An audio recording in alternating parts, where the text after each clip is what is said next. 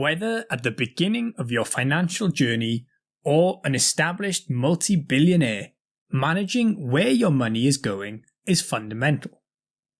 So in this video, we will cover some general ideas on what to do when you get paid, and as always, this is not financial advice.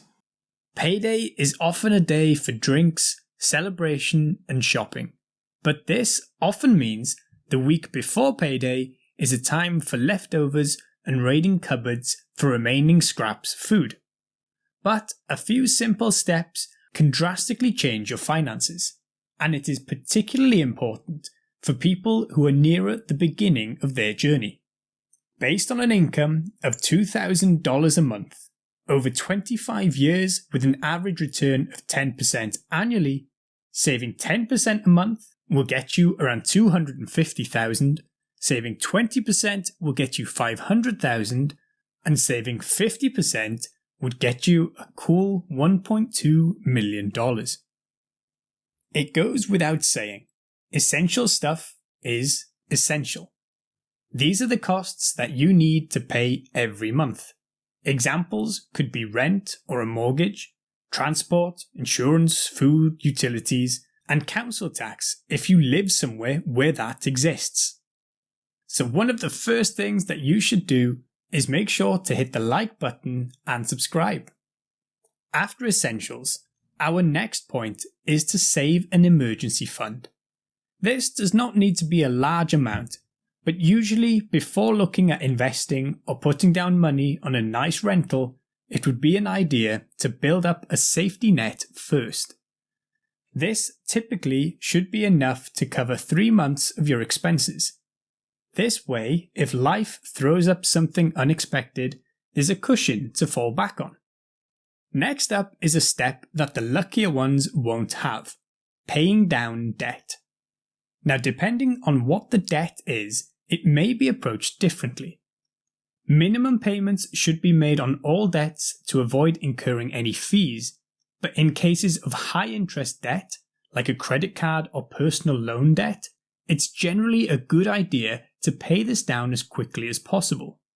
Famous methods include the avalanche method, where the debt with the highest interest is paid off first, and once that's paid, the money goes towards the next highest interest debt. The snowball method is another method where you pay off the smallest debt first and then move upwards to the next one. In cases where the debt is low interest, you may be better off investing the money rather than using it to pay down the low interest debt. Pensions are up next, which aren't really the most exciting of things to put money into, but they are a popular option and for good reason. They are a no-brainer when employers match your contributions. Many of you will have the pensions set up automatically, so that money is taken directly from your payslip and paid into the pension pot. Some pensions are better than others. For example, the NHS in the UK having historically had a very good pension scheme, but there are also private pensions out there. Okay, now for something a bit more juicy: investing. Some people suggest taking some of your income and investing it before anything else even comes out. What you want to invest in can vary between individuals, but in the UK there are stocks and shares ISAs which allow currently up to £20,000 to be invested every year, being tax-free for life. A similar option is present in the United States, known as the Roth IRA, where tax is paid up front and not on withdrawals, and therefore gains. This could allow you to invest in index funds or ETFs with no tax to worry about. It's also here I'll mention other investments, such as saving for a deposit for a rental home, a business startup, crypto, or anything else you fancy putting your money into. Having said this, it is also important to make sure you dedicate some of your paycheck to wants, stuff or experiences that you enjoy. Investing and building wealth is a long game, so enjoying yourself along the way is crucial. The percentage of your income that you spend on each of these categories will change based on how much income you have and also what your priorities are. The 50-30-20 rule is widely used, where 50% of your income goes on essentials, 30% on wants, and 20% on savings or investments.